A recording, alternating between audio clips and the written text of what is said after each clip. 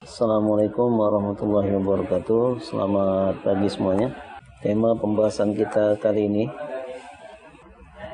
tentang multiplexing. Nah,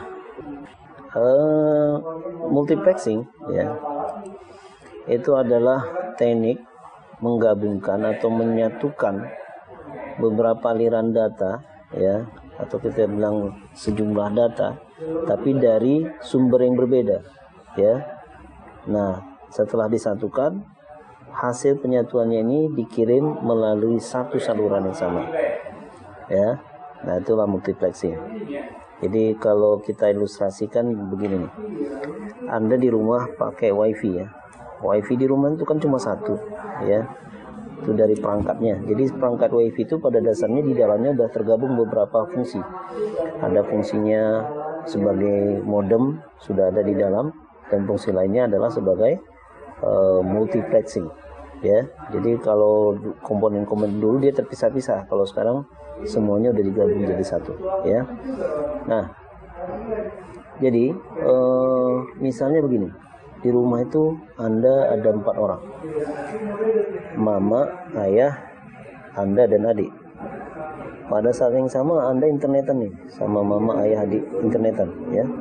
Yang satu pakai handphone, satu pakai laptop ya, satu lagi pakai tab ya, mungkin ibu pakai gadget lain lah ya, handphone juga lah misalnya ya. Nah, pada saat yang sama komunikasi sama orang yang berbeda, maka artinya keempat-empatnya sedang melakukan pengiriman informasi, pengiriman data, pengiriman sinyal. Oke. Nah, gimana itu? Padahal komponen wifi-nya satu, berarti saat dikirim padahal yang dituju beda-beda. Maka logikanya seharusnya setiap satu orang berkomunikasi dengan orang lain, dia dikasih satu saluran. Kalau 4 orang yang berkomunikasi dikasih 4 saluran. Ternyata enggak, salurannya cuma satu. Maka untuk bisa melewati 4 data ini dalam satu saluran yang sama, maka caranya dia digabung. Nah, proses menggabungkan sejumlah aliran data dari pengguna yang berbeda ini, inilah yang dikatakan dengan teknik multiplexing ya. Oke, bisa dipahami ya. Jadi apa fungsi multiplexing ini? Ya, jadi fungsi dari multiplexing ini adalah untuk meningkatkan atau mengefisiensikan bandwidth ya, atau saluran transmisi tadi. Ya, supaya apa? Supaya bisa dipakai bersama. Nah, di pengefisiensian ini fungsi maksudnya seperti apa? Sebagai contoh. Ya, sebagai contoh, pemerintah buat jalan yang lebarnya luar biasa, jalan raya, tapi dia sangat lebar. Kalau udah dibangun jalan raya selebar itu, tapi mobil yang lewat cuma 1, 2, 3 mobil, ini efisien nggak pembangunan jalan ini? Ya tentunya enggak ya. Kenapa? Ini udah dianggap pemborosan. Ngapain bangun jalan sebesar itu? Padahal yang lewat cuma beberapa mobil saja. Maka gimana supaya jalan ini efisien dia penggunaannya? Maka jalur-jalur lain semua dialihkan ke jalan tersebut ya. Supaya apa? Banyak yang bisa lewat di saluran ini. Nah, jadi penggabungan beberapa saluran jalan itu menjadi satu saluran yang sama. Nah, itulah konsep multiplexing ini. Ya, nah seperti itu. Jadi tujuannya apa? Mengefisiensikan saluran tadi atau bandwidth. Ya, apa itu bandwidth? Ya, bandwidth itu ibaratnya lebar jalan tadi ya. Kalau diilustrasikan lebar jalan. Tapi kalau dalam frekuensi berarti bandwidth itu rentang antara frekuensi terendah dengan frekuensi tertinggi. Contoh rentang itu di mana? Misalnya saluran dari radio FM yang Anda dengar, itu saluran radio itu mulai dari berapa mega sampai berapa mega ya. Itu kalau nggak salah dari 80 megahertz sampai 108 megahertz. Itu berarti sekitar ada berapa itu? Sekian mega, itulah namanya bandwidth ya. Jadi semakin besar bandwidthnya, semakin lebar jalurnya, semakin banyak data yang bisa dikirim. Nah, itu dia. Jadi kalau semakin banyak data yang dikirim, penggunaan bandwidth itu lebih efisien ya. Nah, itu tujuan dari multiplexing. Nah, sekarang kita lihat gimana seandainya multiplexing nggak pernah ditemukan atau nggak pernah diterapkan, apa yang terjadi? Nah, Anda bisa lihat di bagian gambar ini, ya. Jadi kalau seandainya teknik multiplexing ini nggak ada dan nggak pernah diterapkan, berarti setiap orang yang memakai alat komunikasi dan berkomunikasi dengan orang lain, ini harus disiapkan oleh provider satu saluran. Nah, yang kita tahu saluran itu kan dijembatani oleh perangkat modemnya yang sudah kita bahas kemarin, fungsinya untuk melakukan modulasi. Berarti di sisi provider dia juga harus menyiapkan satu modem untuk satu pelanggan. Bayangkan kalau pelanggannya itu ada 1000, berarti provider harus menyiapkan 1000 modem. Jadi ruangan kerja orang tuh penuh dengan modem semua itu. Itu baru 1000, penduduk kota Medan udah berapa ya? Nah, wah, ini nggak ketulungan.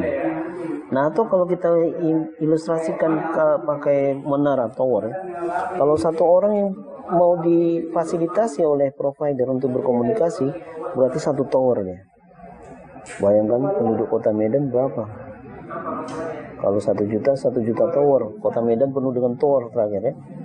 Nah, ini nggak mungkin ya. Nah, maka solusinya gimana? Diterapkanlah teknik yang namanya multiplexing. Jadi dengan teknik multiplexing ini, beberapa pengguna ya cukup disediakan satu media yang sama untuk berbagi ya. Nah, berarti ilustrasinya seperti yang sekarang terjadi, satu tower untuk satu wilayah dipakai oleh orang-orang di wilayah itu ya. Nah, itu dia. Oke, nah itulah tadi fungsi dari multiplexing ya.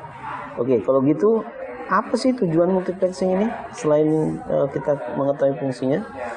Jadi tujuan dari multiplexing ini yaitu pertama untuk mengurangi media pengantar ya. Mengurangi media pengantar itu maksudnya gimana tadi? Nah, itu tadi kalau tadi seandainya satu pengguna satu media, berarti 100 pengguna 100 media. Nah, tentu ini kan bahaya. Pertama bisa mengurangi space, ruang ya. Nah, kemudian bisa menambah biaya ya. Maka inilah tujuan dari penerapan multiplexing. Jadi media pengantar yang disiapkan tidak perlu banyak-banyak. Jadi satu media dipakai bersama. Kemudian tujuan kedua yaitu untuk meningkatkan kemampuan komunikasi ya. Maksudnya meningkatkan kemampuan komunikasi ini gimana nih? Jadi dengan satu saluran yang sama ini banyak orang yang bisa dilayani sekaligus ya, sehingga apa? Proses komunikasi bisa berjalan dengan lebih cepat ya. Kalau nggak bisa dilayani sekaligus terpaksa gantian, kan ngantri jadinya ya. Nah, sehingga ini nggak efisien. Nah, jadi dengan adanya multiplexing ini satu saluran bisa digunakan bersama dengan cara digabungkan terlebih dahulu. Ini bisa proses komunikasi bisa dibuat lebih cepat ya. Nah, lebih bisa dilayani banyak orang sekaligus ya. Nah, tujuan yang ketiga dari multiplexing ini yaitu apa? Meminimalkan biaya. Nah, seperti yang dikatakan tadi, kalau seandainya nggak ada multiplexing, satu orang satu media, atau kita bilang kalau dia pakai wireless, pakai tower, satu orang satu tower, udah berapa biayanya kali berapa orang gitu ya. Nah, dengan adanya teknik multiplexing cukup satu tower untuk beberapa pengguna yang bisa di cover di situ. Nah, ini yang namanya menghemat biaya. Jadi ada 3 tujuan dari multiplexing. Pertama apa? Mengurangi media pengantar, meningkatkan kemampuan komunikasi ya, kemudian meminimalkan biaya ya. Nah, sekarang kita lihat gimana sih caranya. Sebelum bicara caranya, jadi kalau kita ilustrasikan tadi yang seperti saya gambarkan ini ya. Jadi kalau ini misalnya digunakan oleh satu orang pengguna handphone, ini pengguna laptop ya, atau ini pengguna tablet ya, ini ya mau handphone mau tablet terserah lah, digunakan. Ini digabungkan dulu ya di perangkat ya. Perangkatnya tadi sudah seperti yang saya jelaskan ya. Kalau di awal-awal perkembangannya satu fungsi perangkat itu satu alat ya, tapi kalau sekarang semua udah digabungkan, termasuk di dalamnya ada modem, ada multiplexer ya, dan sebagainya ya. Nah, alat untuk menggabungkan ini disebut dengan multiplexer. Multiplexer. Prosesnya disebut multiplexing. Jadi bedakan antara proses dengan alat ya. Nah, ketika data udah disatukan, kemudian dikirim lewat saluran yang sama, ya, apakah dalam bentuk sinyal dan sebagainya, nyampelah ke penerima. Ini bukan penerima masing-masing ya, penerima awal kita bilanglah provider. Ya, kalau prosedurnya nanti provider nanti dipisah lagi, baru dikirim ke masing-masing wilayah yang dituju. Di wilayah itu nanti digabung lagi ya, nah, dan sebagainya ya. Intinya ketika sampai ke area yang diinginkan itu dipisah lagi dulu. Proses pemisahannya disebut dengan demultiplexing. Jadi ada tambahan D. Prosesnya disebut demultiplexing. Alatnya untuk melakukan pemisahan itu disebut demultiplexer atau sering disingkat dengan demux. Tahu demux kan? Yang kelebihan berat badan itu namanya demux. Oh, gemuk ya. Oh. Gemuk itu bukan yang untuk panjat pinang itu.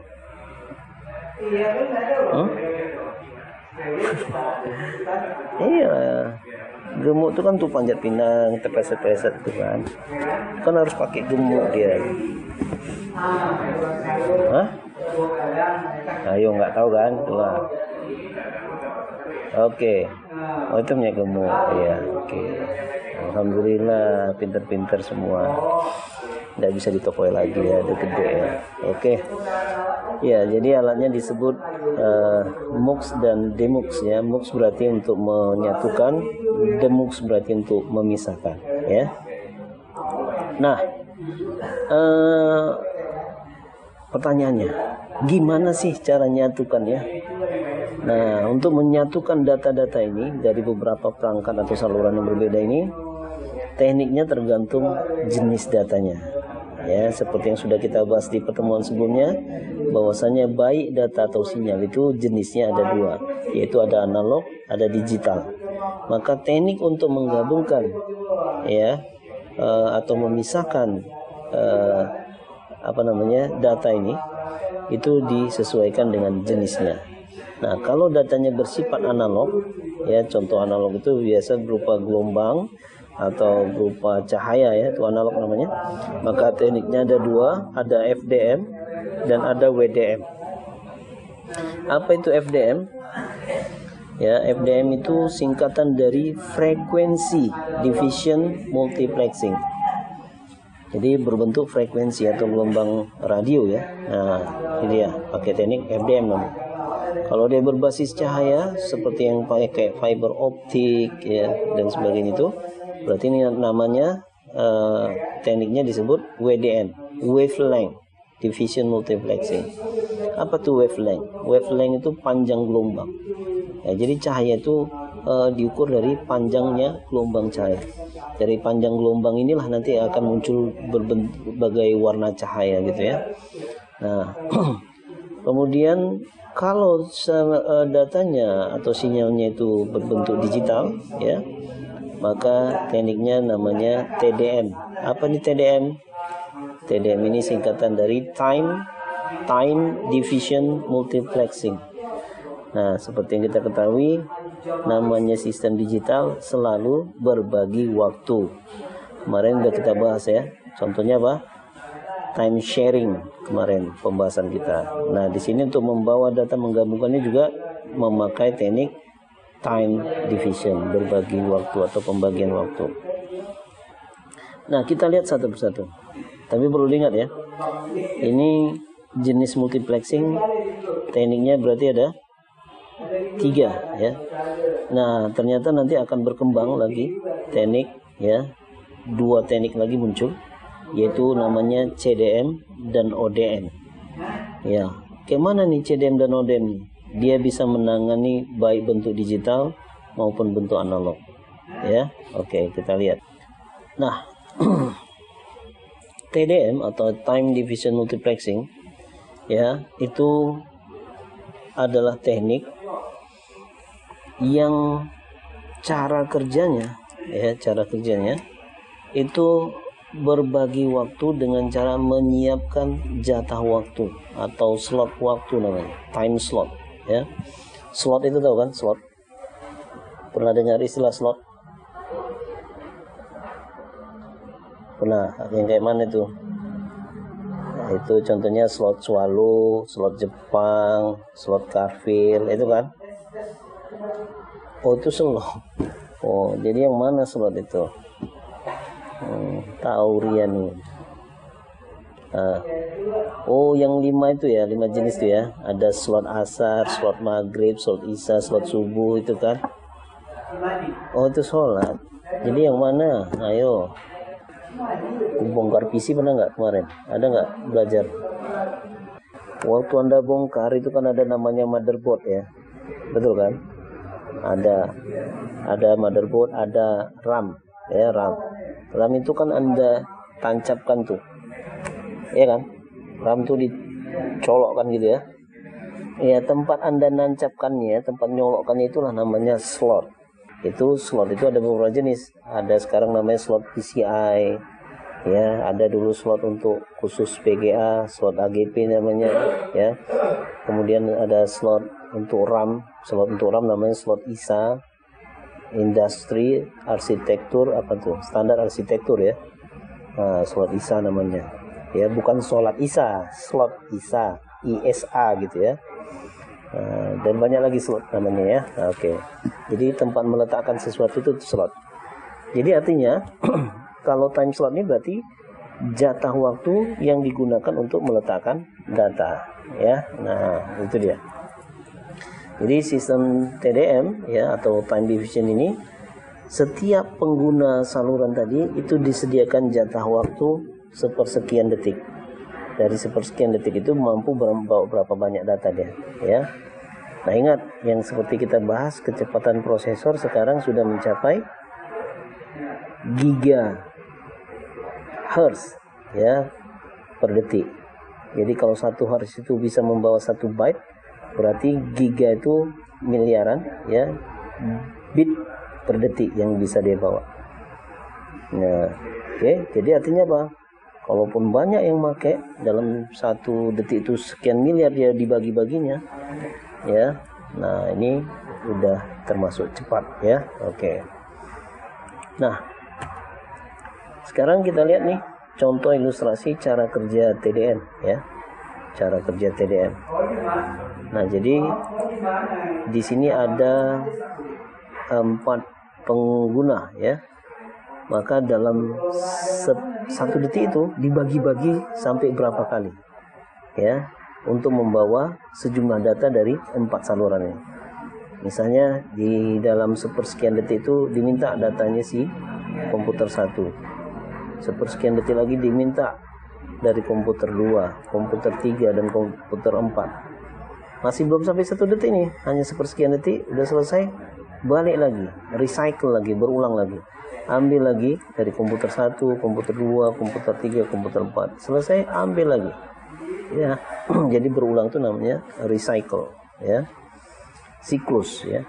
Nah, itu dia, barulah dikirim.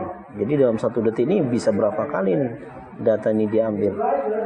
Nah, ya, jadi artinya jumlah data yang dibawa bisa lebih banyak dalam hitungan detik, maka proses komunikasi bisa lebih cepat ya. Nah, TDM ini ada 2 jenis dia ya. Ada namanya sinkronus TDM ya, sinkronus TDM ya. Ada yang kedua namanya asinkronus TDM ya, asinkronus TDM. Nah, sekarang kita lihat apa bedanya. Jadi di sini ada teknik TDM ilustrasinya ya. Nah, untuk melihat di mana letak perbedaan sinkronus dan asinkronus.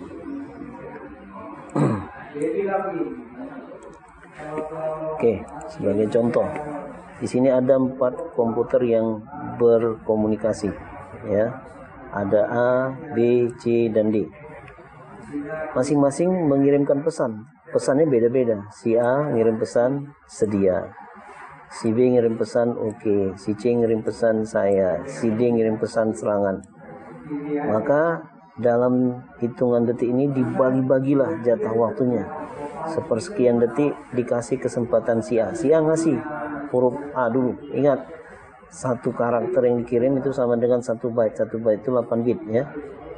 Nah, dikasih ke si A jatahnya. Dikirim si A lah huruf A. Ya, masih sepersekian detik dialihkan ke si B. Mana B datamu? Gantian ini ya. Si C. Tapi dia belum dibilang apa namanya? Belum dibilang dikirim ya. Masih diambil dulu. Udah. Si C dikirimkan datanya untuk digabungkan. Si D dikirim datanya untuk digabungkan. Nah, jadi huruf yang mereka kirimkan si A itu huruf A, B huruf K, si C huruf A, si D huruf N. Maka digabung. Nah, penggabungan sejumlah bit ini untuk dikirim lewat satu saluran ini, hasil penggabungannya disebut dengan istilah frame data. Ya, frame data. Ya, frame. Dah, baru dikirim, diambil lagi dari masing-masing. Kirim, ambil lagi, kirim. Ya. Nah, ketika giliran si B, ini jumlah datanya kan sedikit nih, cuma 2 huruf aja yang akan dikirim. Sementara yang lain banyak nih. Paling banyak si D, ya. Maka pas giliran si B, nah tadi sebelumnya diambil jatah dari si A itu huruf D ya, huruf ketiga. Si B huruf ketiganya nggak ada, tapi tetap dikasih jatah waktu. Tetap dikasih time slot. Artinya apa? Ditunggu dia. Walaupun sebenarnya nggak ada ngirim apa-apa, ya. Nah, inilah yang disebut dengan teknik sinkronus. Sinkron itu apa? Siapapun pengguna saluran itu dia ngirim atau enggak, jatah waktu langsung digabung. Ya. Nah, tentunya model seperti ini kurang efisien. Kenapa? Padahal dia nggak ngirim, tetap ditunggu, ya. Seharusnya kalau dia nggak ngirim, kita lewati aja, kasih jatahnya sama orang lain biar cepet. Nah, untuk mengatasi kelemahan dari sistem TDM ini, muncullah teknik TDM yang kedua. Apa itu? Asinkronus TDM. Asinkronus TDM ini punya nama lain. Nama lainnya itu apa? Statistical TDM. Jadi dia disebut sinkronus atau nama lainnya statistical. Ya. Oke. Nah, jadi apa perbedaan STDM ini dengan sinkronus TDM ya? Dia ya hanya yang meminta saja untuk mengirim data yang dikasih jatah waktu. Jadi tujuannya apa? Untuk menghilangi masalah pembubaziran. Ya, kalau dia nggak ngirim tapi ditunggu kan mubazir namanya ya. Nah, itu dia. Sehingga apa? Bisa lebih efisien dalam penggunaan jalur data ya. Nah, jadi kalau diilustrasikan tadi gimana proses pengirimannya ya. Kalau diilustrasikan, ini ada komputer A atau komputer 1, komputer 2, komputer 3, komputer 4, komputer 5. Begitu ngirim data, ingat ini belum sampai 1 detik, tapi dia dikasih jatah waktu langsung ngirim. Nah, ini ngirim, ya tergantung berapa kali. Kalau penggunanya makin banyak, nggak semuanya bisa diambil, ya. Misalnya batas maksimal pengguna itu 3, maka 3 ini digabung dulu. Nah, hasil gabungan inilah yang dikatakan dengan frame data. Nanti untuk berikutnya dilanjut gilirannya si 4 dan si 5. Oh, kan masih kurang 3, diambil dari jatah si komputer pertama ya. Nah, kalau masing-masing dia satu frame itu ada 3, berarti 3 pengguna yang diminta. Nah, kalau dia 5 berarti 5 ya. Tapi tetap ini continue, berlanjut urutannya ya. Nah, jadi kalau misalnya salah satu komputer tidak mengirimkan data, ini jatah slot dia, jatah waktu dia, time slot dia dialihkan ke pengguna lain ya. Nah, itulah konsep statistical TDM. Nah, ini contohnya di sini nih. Ini komputer pertama ngirim pesan sedia, komputer kedua ngirim pesan oke, komputer ketiga ngirim pesan tanda tanya, komputer keempat ngirim pesan serangan. Yang paling banyak itu pesannya si A, si komputer keempat ya. Yang paling sedikit itu komputer ketiga. Ya. Nah, begitu dia ngirim, si A ngirim, ini dia pesannya, si B ngirim, ini pesannya, si C ngirim, ini pesannya, si D ngirim, ini pesannya, balik lagi ke jatah si A ya, ke komputer pertama. Komputer pertama ngirim pesan, ini dia, komputer kedua ini dia. Nah, komputer ketiga karena udah nggak ada lagi ya, cuma satu aja tadi udah terkirim, maka sisa waktunya diserahkan ke komputer keempat. Apa yang dikirim? Huruf A, ini dia ya. Baru balik lagi ke komputer pertama, apa yang dikirim? Huruf D, ini dia, dan seterusnya. Nah, jadi teknik ini jauh lebih efisien ya. Oke. Nah, proses pengiriman pesan itu dia bersifat hierarki. Hierarki itu maksudnya apa? Berjenjang. Artinya lama-lama data itu akan membesar. Digabung lagi. Sampailah ke saluran utama, baru dikirim. Sehingga data itu makin besar. Nah, contohnya logikanya seperti ini, yang dimaksud dengan hierarki. Anda main ke TGD ya. TGD itu kan banyak wifi di beberapa tempat ya. Kita bilanglah Anda naik ke ruangan lantai 5. Lantai 5, internetan Anda di sana, misalnya ya. Walaupun nggak ada ya, ini misal aja. Jadi yang internetan itu ada 24 orang. Kalau satu orang jatah waktu untuk dikasih ya mengirimkan data adalah 64 kilobit per detiknya.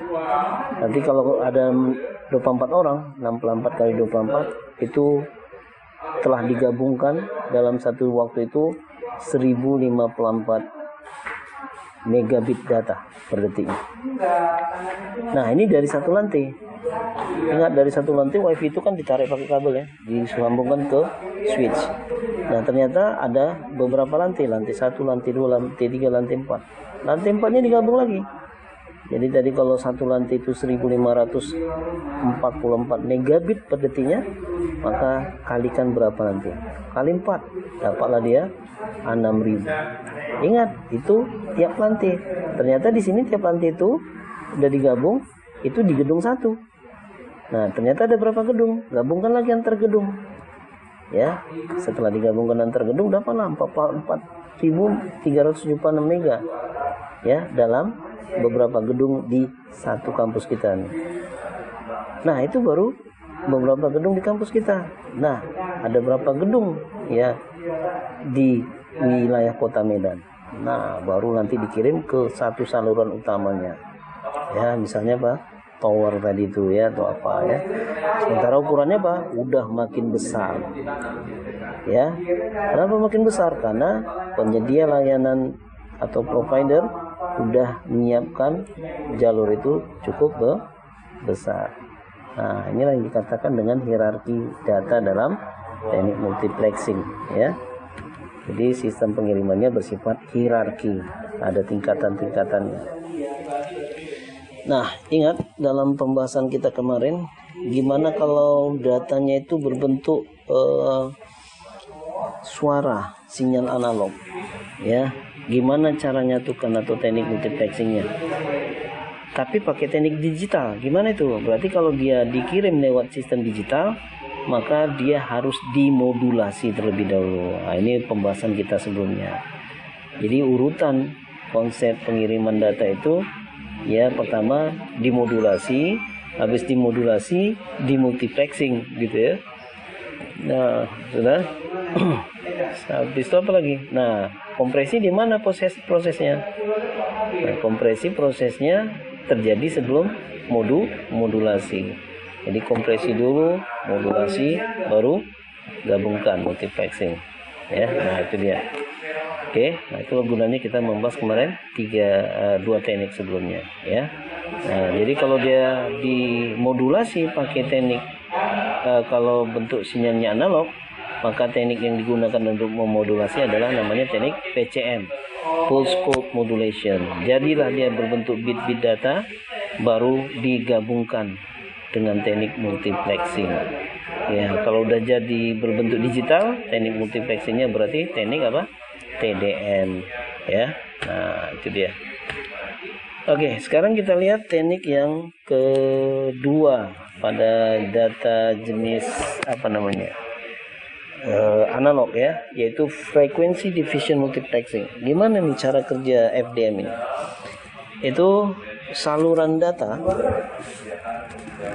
Ya, kalau namanya data itu dikirim lewat frekuensi. Frekuensi itu berarti ada yang tinggi, ada yang rendah. Kalau digambarkan gini nih. Ya. Ini frekuensi tingginya, ini frekuensi rendahnya. Frekuensi rendahnya misalnya berapa? 80 mega ya. Megahertz. Frekuensinya berapa? Frekuensinya tertingginya berapa? Misalnya kita bilang 180 megahertz. Ya. Nah, rentang antara 80 ke 180 inilah yang disebut dengan istilah bandwidth. Bandwidth ya. Jadi berapa lebar bandwidthnya ini? Untuk saluran komunikasi misalnya kita bilang saluran radio nih, lebar bandwidthnya berarti berapa? 100 mega bandwidthnya ya. 100 mega. Sudah? Nah, 100 mega ini itu kalau digunakan bukan untuk satu orang, maka saluran bandwidth ini untuk ketika digunakan dibagi-bagi lagi. Nah, sekian bandwidth untuk si anu, sekian bandwidth untuk si anu, sekian bandwidth ya. Nah, inilah konsep dari frekuensi division multiplexing. Jadi satu saluran bandwidth yang disiapkan itu dibagi-bagi lagi menjadi saluran-saluran kecil.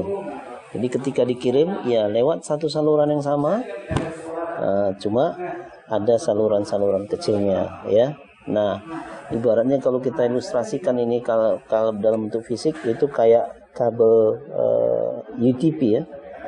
Data itu sekali kirim lewat satu kabel, tapi di dalam kabel itu ternyata ada beberapa kabel lagi, ya kan, ada 8 kabel gitu ya.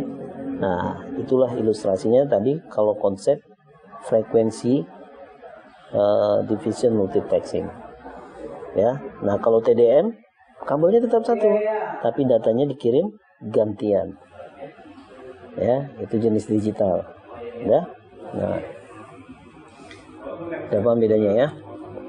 Jadi kalau kita ilustrasikan ini konsepnya sering dipakai ini kalau frekuensi pada saluran komunikasi berbasis telepon ya atau siaran radio ya. Nah, jadi ini salurannya ini salurannya selebar ini. Nah, berapa nih bandwidthnya? Ya tergantung lah. Biasanya sudah ditetapkan oleh otoritas pemerintah tuh. Kalau untuk saluran telepon pakai frekuensi berapa sampai berapa, saluran televisi frekuensi berapa sampai berapa. Nah, itu ada dalam pembahasan kita di semester 4 tentang rentang frekuensi ya, rentang frekuensi. Nama istilahnya disebut spektrum frekuensi ya, spektrum frekuensi. Oke.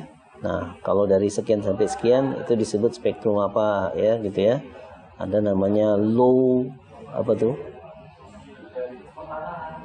frekuensi, medium frekuensi, high frekuensi ya. Nah, yang paling tinggi namanya apa? Microwave ya. Microwave itu berada pada rentang mulai dari ultra high frekuensi sampai super high frekuensi, sampai yang paling tinggi extra high frekuensi. Ingat pelajaran kita di semester 4 ya. Nah, jadi kalau mode frekuensi ini gimana nih cara menggabungkannya? Kalau dia nggak mau dijadikan digital, berarti langsung gabungkan aja. Gabungkannya gimana? Nah, ini salurannya itu tadi kayak dibilang, ya. Salurannya itu banyak, satu besar lebar bandwidthnya, tapi nanti dibagi-bagi, ya. Oke, alat untuk melakukan teknik multiplexing ini kayak mana bentuk alatnya? Ya, oke, di sini kebetulan sudah saya siapkan contoh-contoh gambarnya ya. Nah, ini dia. Oke, itulah contoh perangkat yang digunakan untuk melakukan multiplexing. Oke. Nah, proses memisahnya disebut demultiplexing ya. Nah, jadi kayak saluran telepon tadi bisa diterima oleh beberapa pengguna yang berbeda-beda ya. Setelah digabungkan, maka prosesnya harus melakukan pemisahan, disebut dengan demultiplexing. Nah, kalau dia berbasis frekuensi tadi, frekuensi yang bandwidthnya sekian besar itu dibagi-bagi ya menjadi beberapa saluran. Nah, setiap saluran itu ada bandwidthnya lagi ya. Contohnya di sini ditunjukkan untuk pengguna telepon pertama, bandwidthnya ya frekuensinya mulai 20 ke 24. Berarti bandwidthnya berapa? 4. Nah, kalau frekuensi yang dipakai satuannya kilohertz, maka bandwidthnya 4 kilohertz ya. Nah, sudah. Nah, dari rentang frekuensi 24 ke 28 itu satu saluran lagi. Nah, jadi model pembagian frekuensi ini ada dua. Ada yang nggak berbatas, ada yang pakai batas. Ini contoh yang Anda lihat ini nggak berbatas. Nggak berbatas itu artinya apa? Dari frekuensi 24 ke 28 langsung digunakan satu saluran. Jadi ibaratnya kalau ada saluran parit itu sekatnya nggak ada, sekatnya kecil gitu ya. Teknik pembagian yang kedua itu dia dipisah, dikasih rentang. Misalnya kalau bandwidth untuk pengguna telepon pertama ini 20 sampai 24, untuk pengguna telepon berikutnya 24 itu ke 25 nggak dipakai, dikasih jarak. Ya, dikasih jarak misalnya 1 kilo ya. Nah, jarak ya misalnya di sini pengguna berikutnya kita bilanglah pakai 25 ke 28. Jadi 24 ke 25 itu jarak 1 kilo. Nah, jarak ini disebut pembatas atau istilahnya disebut band guard ya. Band guard ya. Apa itu guard? Menjaga ya. Bodyguard ya. Nah, tujuannya band guard itu apa? Untuk menjaga agar antara satu saluran dengan saluran yang lain itu tidak saling tumpang tindih ya. Namanya frekuensi kadang dia bisa melonjak ya. Nah, makanya kalau nggak ada batas band guard ini, biasanya sering kita ngalami ketika nelpon seseorang itu kok kayak ada dengar suara-suara orang lain, padahal yang kita telepon itu sedang sendiri. Ya, itu salah satu penyebabnya Pak.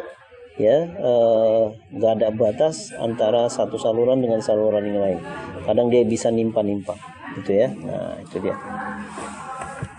Oke, sekarang kita lihat wavelength division multiplexing. Nah, WDM ini adalah teknik untuk menggabungkan bentuk data atau sinyal yang berbasis cahaya ya. Nah, gimana caranya menggabungkan? Biasanya namanya cahaya itu dia ditangkap oleh sensor.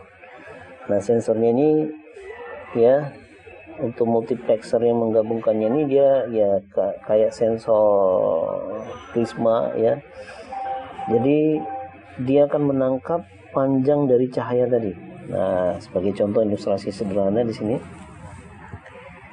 Ya, ini kalau saya lebarkanlah salurannya ya. Jadi di sini kalau komputer pertama ngirim ya, dikirim ya, di sensor ini akan lihat panjang cahaya yang masuk. Panjangnya segini, maka dia kan mantul-mantul ya, tetap panjangnya segini. Yang mantul ini panjangnya sekian ya. Nah, kalau ini dipantulkan dari jarak yang agak jauh, maka bentuk pantulannya cahayanya gelombangnya lebih panjang. Nah, oke. Nah, dari panjangnya cahaya, perbedaan panjang cahaya inilah nanti bisa dilihat ini sumbernya dari komputer mana ya, ketika dilakukan proses demultiplexing ya. Nah, itulah contoh multiplexing dengan teknik wavelength atau panjang gelombang cahaya ya. Oke, sekarang kita lihat dua tambahan pada teknik multiplexing. Teknik ini namanya CDM atau singkatan dari Code Division Multiplexing. CDM ini adalah teknik yang pernah diterapkan pada sebuah sistem komunikasi telepon seluler ya. Nama teleponnya waktu itu adalah Flexi ya, keluaran Telkom. Ada juga keluaran XL namanya Asia, ya Asia. Nah, kedua telepon ini menggunakan teknik yang disebut dengan CDM. Nah, jadi dia dikenal dengan sebutan sistem telepon CDMA. Ya, itu Code Division Multiplexing Access, ya. Nah, teknik CDMA ini ya diterapkan dulu di dua sistem telekomunikasi. Termasuk satu lagi apa tuh? Smart Friend ya, dulu sempat pakai CDMA ini ya. Makanya kartu CDMA Smart Friend nggak bisa dipakai di telepon lain ya. Nah, sempat terjadi seperti itu ya. Nah, gimana cara dia melakukan multiplexing? Nah, CDM ini dia berbasis kode. Jadi apapun sinyal yang akan dikirim dirubah ke dalam bentuk kode. Maka kelebihannya pada di sini, mau dia pakai frekuensi, mau dia pakai cahaya, ya, mau dia pakai sistem digital, semuanya bisa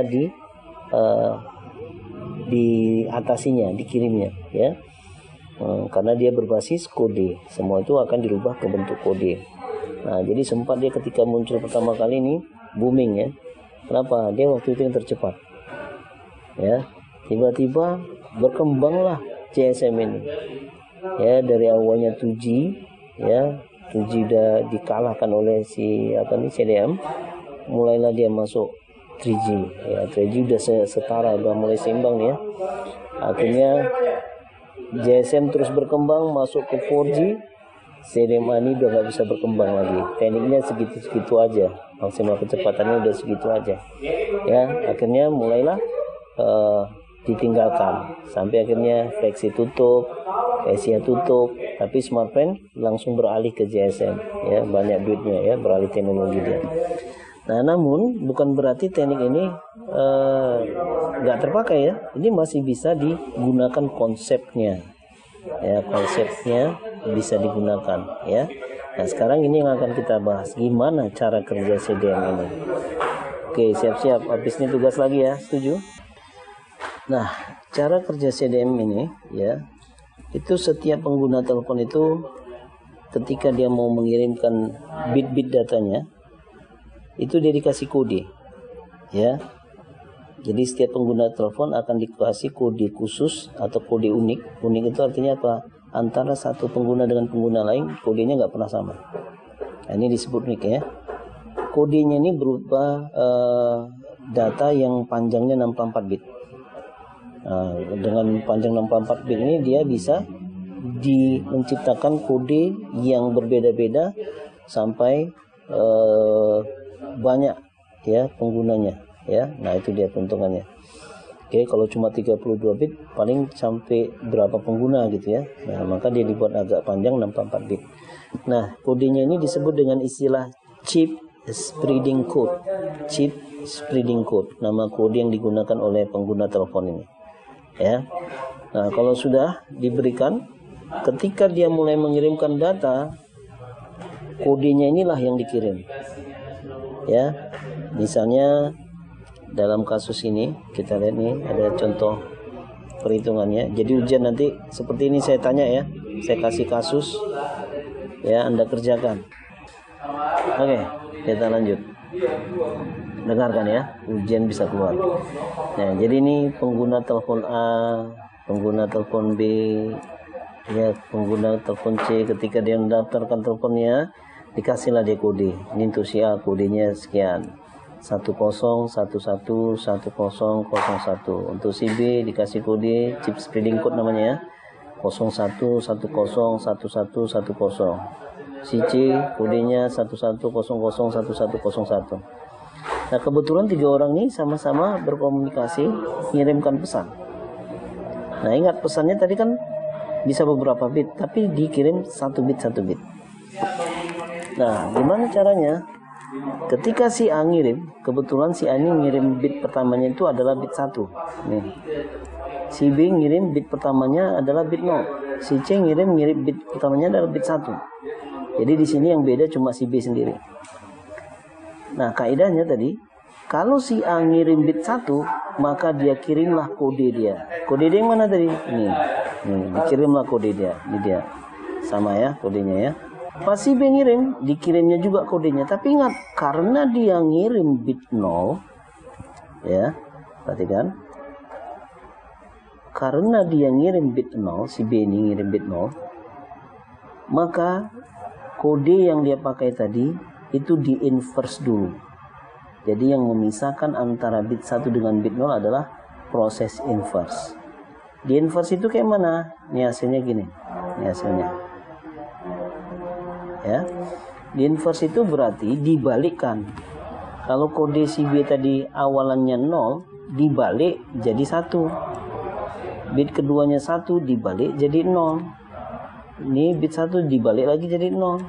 Ini 0 dibalik jadi 1. Nah, begitu si torusnya. Ya. Begitu si torusnya. Udah? Nah, sudah dibalik semua bitnya. Itulah yang dikirimkan. Nah, setelah masing-masing alat komunikasi mengirimkan kodenya yang menunjukkan dia sedang mengirim bit 0 atau bit 1, maka kode ini dirubah ya ke bentuk, ya kalau kita bilang sinyal. Sinyalnya apa? Di sini digambarkan seperti positif negatif. Jadi kita ilustrasikan bisa berupa tegangan ya, tegangan positif. Misalnya tegangannya 1 volt ya, 1 bit itu 1 volt. Ketika dia ngirim bit 1, ini dianggap tegangan positif 1 volt. Dia ngirim bit 0, ini tegangan negatif, kita bilanglah misalnya 0, sekian volt gitu ya. Nah, jadi 0 itu diilustrasikan negatif, 1 itu diilustrasikan positif. Dapatlah hasilnya setelah dirubah ke dalam bentuk sinyal, perhatikan. Jadi kalau 1 itu positif, 0 itu negatif, positif, positif, positif, ya. Mana dia? Apa? Negatif, ya, negatif, ya. Nah, ini. Nah, setelah masing-masing dirubah ke bentuk sinyal positif negatif, ya, barulah di sini dimultiplexing. Dimultiplexing itu artinya apa? Dijumlahkan, digabungkan. Ya, karena ini tadi bit awalnya itu 1 semua, ini positif semua. Setelah digabungkan jadi apa? 3 positif. Nih, 3 positif. Ya. Yang ini digabungkan jadi berapa? 1 negatif. Ayo, siapa yang tahu kenapa jadi 1? Ini ada 2 negatif, 1 positif. Iya. Jadi kalau kita cerita duit, negatif ini berarti utang. Ya. Positif itu berarti nyetor. Jadi di sini 2 negatif berarti kita utang 2.000, 2 kali. 1 kali utang 1.000 misalnya ya. Jadi 2 kali utang 2.000. Ini kita kasih positif berarti kita bayar dulu 1.000. Berarti yang tersisa apa? Tersisa adalah utang 1.000 ya. Nah, gitu dia. Ya. Nah, alhamdulillah tadi udah dijawab temannya. 2 negatif tambah 1 positif, hasilnya tersisa yang negatifnya, yang besarnya ya. Nah, setelah dijumlahkan, inilah hasilnya. Hasil penjumlahan inilah yang disebut dengan hasil multiplexing tadi. Dikirimlah dia lewat saluran. Dikirim. Nyampe ke tujuan. Nyampe di tujuan harus dipisah. Mana yang dikirim oleh si A, mana yang dikirim oleh si B, mana yang dikirim oleh si C. Pertanyaannya cara misahnya gimana? Jadi yang hasil dikirim itu, ini dia tadi sama ya. Kita pisah. Nah, cara misahkannya digunakanlah kode si A tadi. Oh, si A itu ngirim pakai kode ini ya. Yuk, dengan hasil multiplexing diapain pakai kode si A ini? Dikalikan ya. Dikalikan, perhatikan. Untuk memisahkan hasil multiplexing caranya dikalikan dengan kode masing-masing tujuan. Masing-masing pengirim ya. Nah, si A tadi kodenya yaitu 10111001. Kalau dijadikan bit berarti positif, negatif, positif, positif, positif, negatif, negatif, positif ya. Nah, hasilnya ini dikali 1 kali 3, 3, minus 1 kali minus 1, positif 1, minus 1 kali positif 1, minus 1, dan seterusnya. Setelah dikalikan, hasil perkalian ini dijumlahkan. Dijumlahkan, dapatlah hasilnya. Ternyata hasilnya setelah dijumlahkan ada 12 volt tegangan kita bilang ya. Nah, kalau udah tahu hasil penjumlahannya, terus gimana? Perhatikan kaidahnya. Nih kaidahnya. Tahu kaidah? Apa itu kaidah? Kaidah itu tukang jual lontong. Itu kaidah namanya. Oke. Nah, perhatikan di sini kaidahnya. Kalau ternyata hasil perjumlahan atau perkalian tadi mendekati bit nilai 64 positif 64, maka dia dianggap bit 1 ya. Kalau hasil penjumlahannya mendekati minus 64, maka dia disebut bit 0. Maka pembatasnya apa? Pembatasnya antara positif 64 dengan minus 64 adalah titik 0. Jadi kalau dia nilainya 1, itu mengarah kemana? Ke positif 64. Kalau dia minus 1, berarti mengarah kemana? Minus 64. Ya, sekarang kita lihat hasil perkalian tadi nilainya berapa? Nah, nilainya tadi 12. Berarti 12 ini lebih mendekati ke mana? Positif 64. Bisa dipastikanlah data yang dikirimnya itu bernilai bit 1. Berarti cocok nggak dengan yang dikirim si A? Nah, ini hasilnya bit 1. Maka tadi lihat si A ngirim bit 1. Setelah diekstrak tetap bit 1 ya. Nah, kita buktikan si B tadi ngirim bit 0. Kalau kita ekstrak, jadi hasil multiplexing ini diekstrak pakai kode CB. Pertanyaannya, kode CB ini yang dipakai untuk mengekstrak kode asli atau kode hasil inverse? Kalau kita mengekstrak, kode yang dipakai kode asli. Tapi kalau ngirim tergantung bitnya. Kalau bitnya 0 yang dikirim, maka dia di inverse. Kalau bitnya 1, dia nggak di inverse. Ingat itu ya. Kalau mengekstrak, tetap kodenya pakai kode standar. Mau bit 0, bit 1, kodenya tetap standar, nggak di inverse. Nah, nih contohnya. Si B kodenya ini ya. Nah, ketika diekstrak, lihat nih. Berapa bitnya? 1 negatif, 1 positif, 1 positif. Sama nggak nih? Negatif, positif, positif, negatif, positif, positif, positif, sama ya. Nah, ini menunjukkan untuk mengekstrak walaupun bitnya 0 atau 1 tetap pakai kode standar ya. Nah, berbeda ketika ngirim. Kalau ngirim, kalau bitnya 0, dia di inverse ya. Nah, jadi hasil dari perkalian menggunakan kode CB ini ternyata minus 12. Minus 12 tadi kaidahnya apa? Mendekati minus 64. Berarti dia bit 0. Nah, ternyata cocoklah bahwasanya si A, si B tadi ngirim bit 0, yang diterima pun bit 0. Ya. Nah, itulah teknik CDMA namanya ya. Ingat nanti, kalaupun Anda nggak terima tugas, ujian saya keluarkan soalnya. Oke, kita lanjut satu teknik lagi. Nah, jadi untuk teknik yang berbasis kode ini ada dua ya, ada CDM, ada ODM. Nah, ini ODM, konsepnya sama seperti CDM, tapi dia lebih mengarah untuk memberi kode pada sinyal cahaya ya, atau sinar ya, optik ya. Nah, maka dia disebut dengan istilah optical code division multiplexing. Nah, kalau tadi dia berbasis frekuensi atau tegangan ya. Nah, itu dia. Oke, saya rasa itu saja materi kita yang bisa saya sampaikan hari ini. Oke ya, saya rasa itu saja. Terima kasih.